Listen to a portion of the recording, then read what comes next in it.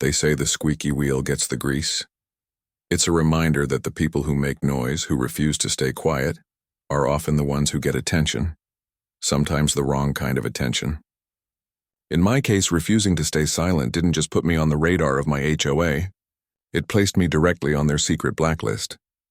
And once you're on that list, your life is never the same again. Picture this. You've just moved into what looks like a perfect suburban neighborhood. Rows of neatly trimmed hedges, pristine sidewalks, smiling neighbors waving as you drive by. Everything screams safe. Everything screams normal, but then you start to notice things. Strange glances from people who stop talking when you walk past. Files in the HOA office with names of families who used to live here, but no one remembers them anymore. Notes on your door telling you to stop asking questions. And then one night you stumble upon the truth. Your neighborhood isn't managed by a simple homeowners association. It's controlled by something darker, something organized, a system designed to keep people in line and to erase anyone who doesn't obey. I learned this the hard way, when I found the files of the people who had gone missing before me. Suburbs are supposed to be safe. That's the selling point, the dream. You work hard, save for years, and finally buy a house in a neighborhood that promises security, order, and peace of mind. That's what I thought I was buying into when I signed the papers for my home. The community brochure had glossy photos, kids riding bikes, block parties with smiling families, manicured lawns lined with American flags. The HOA, the Homeowners Association, was marketed as the guardian of that dream. They kept the neighborhood looking perfect, they said. They made sure everyone followed the rules so property values stayed high. They were the reason this was the kind of place people wanted to live. At first, it all seemed true. The houses looked perfect, not a shingle out of place. Every yard was mowed to the same length, every mailbox freshly painted, every fence uniform. It was almost eerie how perfect it looked, like something out of a model home catalog. When I moved in, the HOA president, Carol, personally came to welcome me.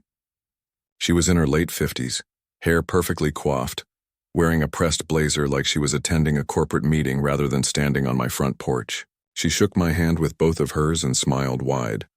"We're so glad you've chosen to join our community," she said warmly, handing me a thick binder of rules and guidelines.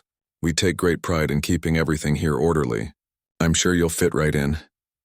I nodded, a little overwhelmed by the thickness of the rule book, but I brushed it off. Every HOA has rules. It's normal. But looking back now, that moment was the start of everything. The binder wasn't just rules, it was the leash. And the smile wasn't just friendliness, it was a test to see if I'd play along. The first weeks felt fine. I settled in, unpacked, started decorating the house. The neighbors were polite but distant. People waved, but their conversations seemed rehearsed, guarded. I figured it was just suburban politeness. But then I noticed something strange. The houses around me would go dark at exactly the same time every night. 10:30 p.m. like clockwork. Curtains drawn, porch lights out, silence on the street. It was as if the entire neighborhood lived by some invisible curfew. The next odd thing was the mail. On more than one occasion, I found envelopes in my box that weren't addressed to me, but to previous residents.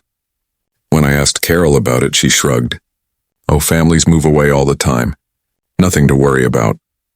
But the way her smile tightened, the way her eyes flicked over my shoulder like she was checking if anyone else was listening. It unsettled me, and then came the notes. At first, they were small reminders. Trash cans must be removed from the street by 8 p.m. Your porch light was left on past curfew. Not signed, just tucked neatly under my doormat. But the language was always cold, clipped, and personal. It wasn't a friendly, neighborly suggestion. It was surveillance. The realization crept in slowly. This wasn't just an HOA. This was control. And control always has consequences for those who resist. I didn't know it yet, but this HOA didn't just fine people for breaking rules. They erased them. And my curiosity was about to place me next on their list. The first real crack in the facade came one morning when I was walking my dog. I passed by the HOA office, a modest little building at the edge of the neighborhood near the community park. It had tinted windows and a keypad lock on the front door, which struck me as unusual. Why would a neighborhood association need such tight security? Through the blinds, I saw shelves stacked with files, dozens, maybe hundreds of them. Manila folders with names written in thick black marker. I remember slowing down, trying to read the labels. Some looked familiar, last names of families I thought still lived in the neighborhood. Others I didn't recognize at all. When I mentioned it casually to Paul, a neighbor 2 houses down, he froze. His smile faltered. Then he leaned in and whispered, "Don't ask about the files. Trust me." And he walked away without another word. That warning should have scared me into silence. Instead, it lit a fire. A week later, I received a letter taped to my front door. No envelope. No signature. Just block letters scrawled in black marker, "Stop asking questions." I stood there holding the paper, heart pounding. How did they know? Who was watching me closely enough to realize I'd even noticed the files? That night I couldn't sleep. Every time I closed my eyes, I imagined eyes on me. Neighbors peeking through blinds, figures standing in the shadows. Around midnight, I heard footsteps outside. Slow, deliberate, right past my window. When I pulled back the curtain, I caught a glimpse of a man in dark clothing walking toward the end of the street. He never looked back. The next day, I tried to confront Carol. I showed her the note and asked what it meant. She smiled that same smile from the day I moved in. Polished, practiced, but cold at the edges. "Oh, sometimes kids in the neighborhood think they're being funny," she said. "Don't worry about it, just follow the rules and you'll be fine." Her choice of words hit me hard. "You'll be fine. Not we'll find who did this. Not let me reassure you. Just a veiled promise that nothing bad would happen, as long as I obeyed." That was when I realized I wasn't imagining this. The HOA wasn't just managing the neighborhood. They were controlling it, watching it, testing me. The tension escalated quickly after that. My trash can was mysteriously knocked over 3 mornings in a row. My car windshield had a long scratch down the middle, with no explanation. And one night my dog wouldn't stop barking at the back fence. When I went out to check, I found a single black glove hanging on the gate latch. It was psychological warfare, meant to rattle me, to push me into compliance. But instead it pushed me closer to the truth. And then I saw it. A file with my name on it, not just my name, my photo clipped to the front. Notes scribbled in the margins about my non-compliance. A red tab marked pending. My blood ran cold. I wasn't just being watched. I was being processed. Before I could grab the file, I heard footsteps in the hallway. Voices. I slammed the drawer shut and ducked behind a cabinet, heart racing. Carol's voice floated through the air, calm and deliberate. "He's getting too curious. If he doesn't fall in line soon." We moved to the next step. The other voice was a man's, deep and steady. "Do you want me to handle it?" A pause. Then Carol's reply, "Not yet. Let's give him one more chance." I stayed frozen until the voices faded. Then I slipped out, careful not to make a sound. Clutching the single page I had managed to tear from the back of my file. It was blank, except for one sentence. Typed in bold, "Those who resist will be removed." That night, I sat in my living room staring at that page, the words seared into my mind. Removed. Like the others. Like the families whose files I'd seen. The HOA wasn't just keeping people in line. They were erasing anyone who stepped out. And now my name was on their list. What happened next? The retaliation, the discoveries, the nights I thought I wouldn't survive. That's the part of the story I'll never forget. The day after I found my file, everything changed. The neighborhood that had once seemed polished, quiet, and orderly now felt like a prison. Every smile from a neighbor looked forced. Every passing glance felt like surveillance, and it wasn't just paranoia. That morning when I pulled my car out of the driveway, a black SUV I hadn't seen before followed me all the way to work. When I stopped at a gas station, it idled across the street. When I finally pulled into my office lot, it parked 2 rows over. The driver never got out, never looked directly at me, but I knew. They were watching. When I returned home that evening, another note was waiting on my porch. This one was different. It wasn't typed. It wasn't neat. It was scribbled, almost desperate, on a torn piece of lined paper. "You're not the first. Don't let them silence you. Meet me tonight. 11:30, the playground." I read it 3 times, my pulse hammering. Someone else knew. Someone else wanted to talk. At 11:25, I walked toward the small community playground. The night was still, the air thick with humidity. The swings creaked in the breeze, their chains rattling softly. I was alone until a figure stepped out from the shadows.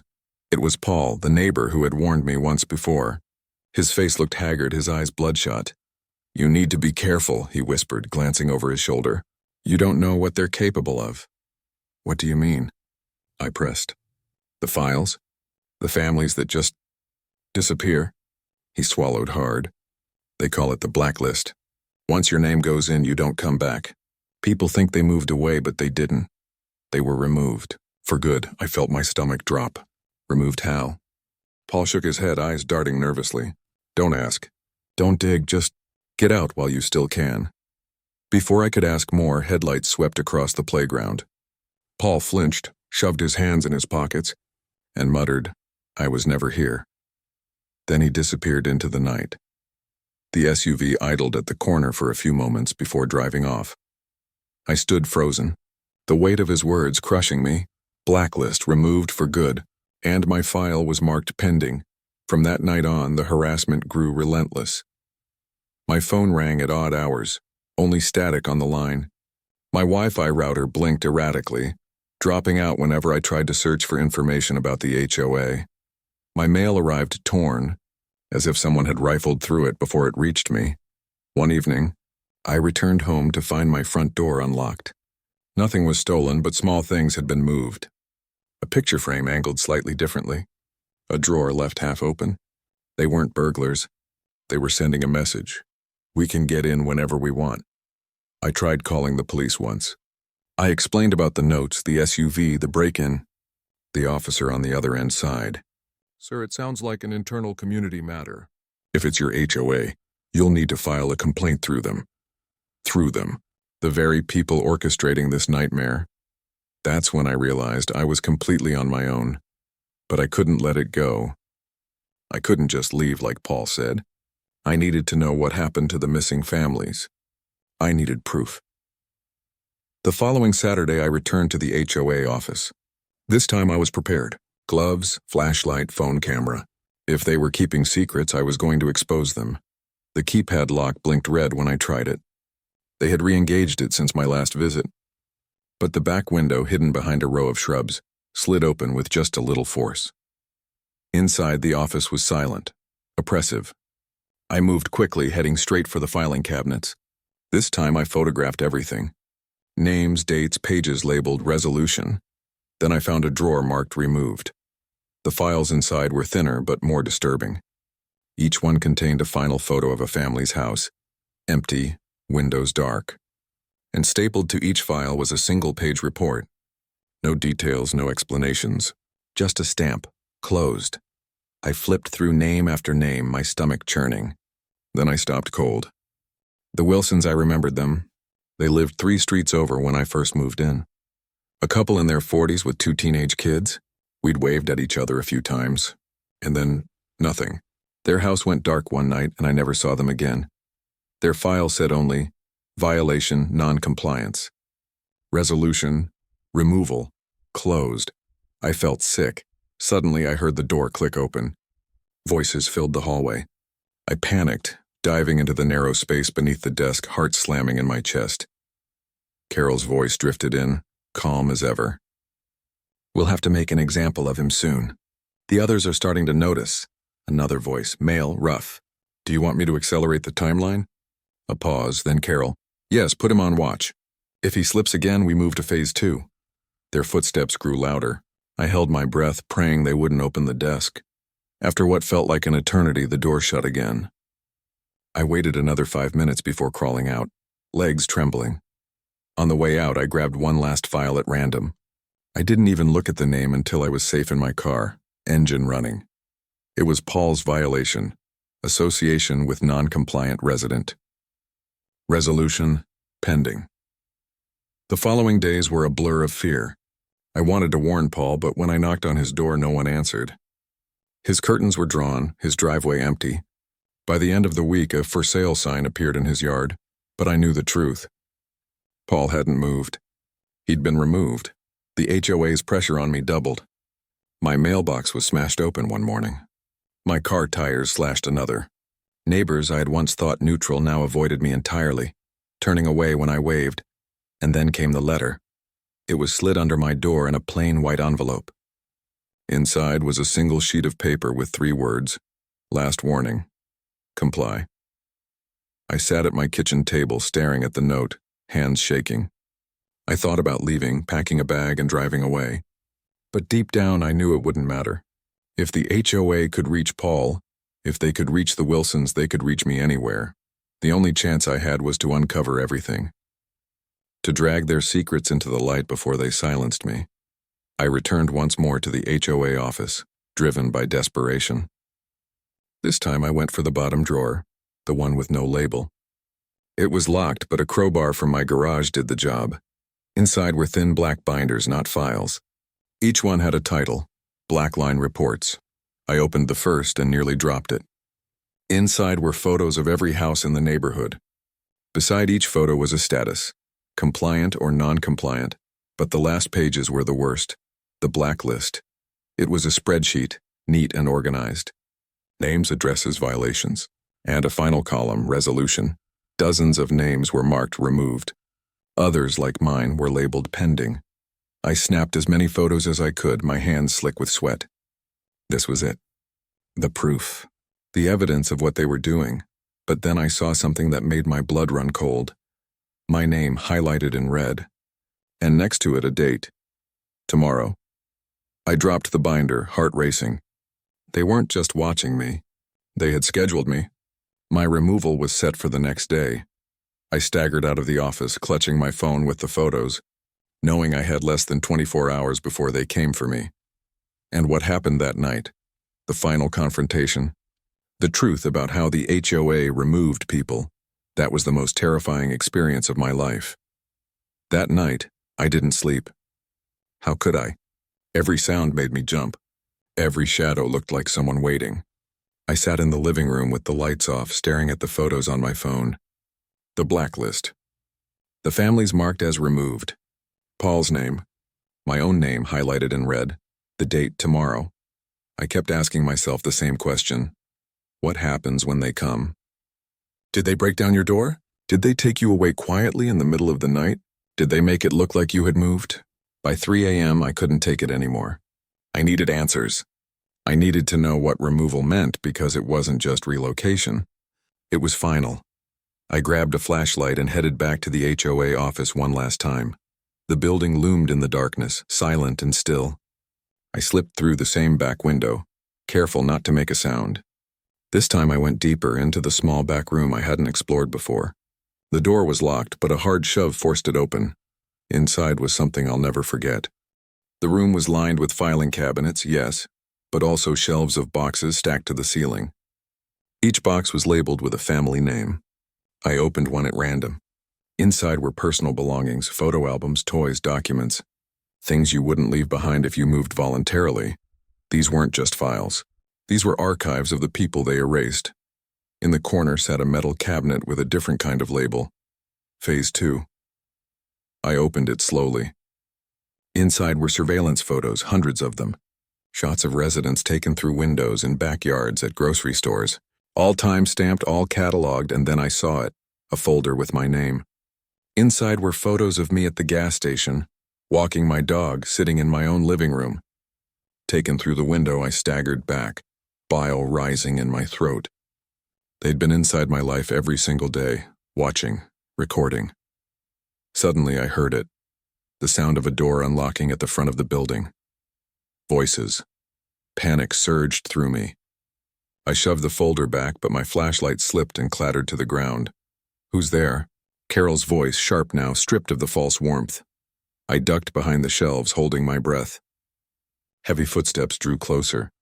You should have listened, she said, her tone cold, echoing through the room. Now you leave us no choice.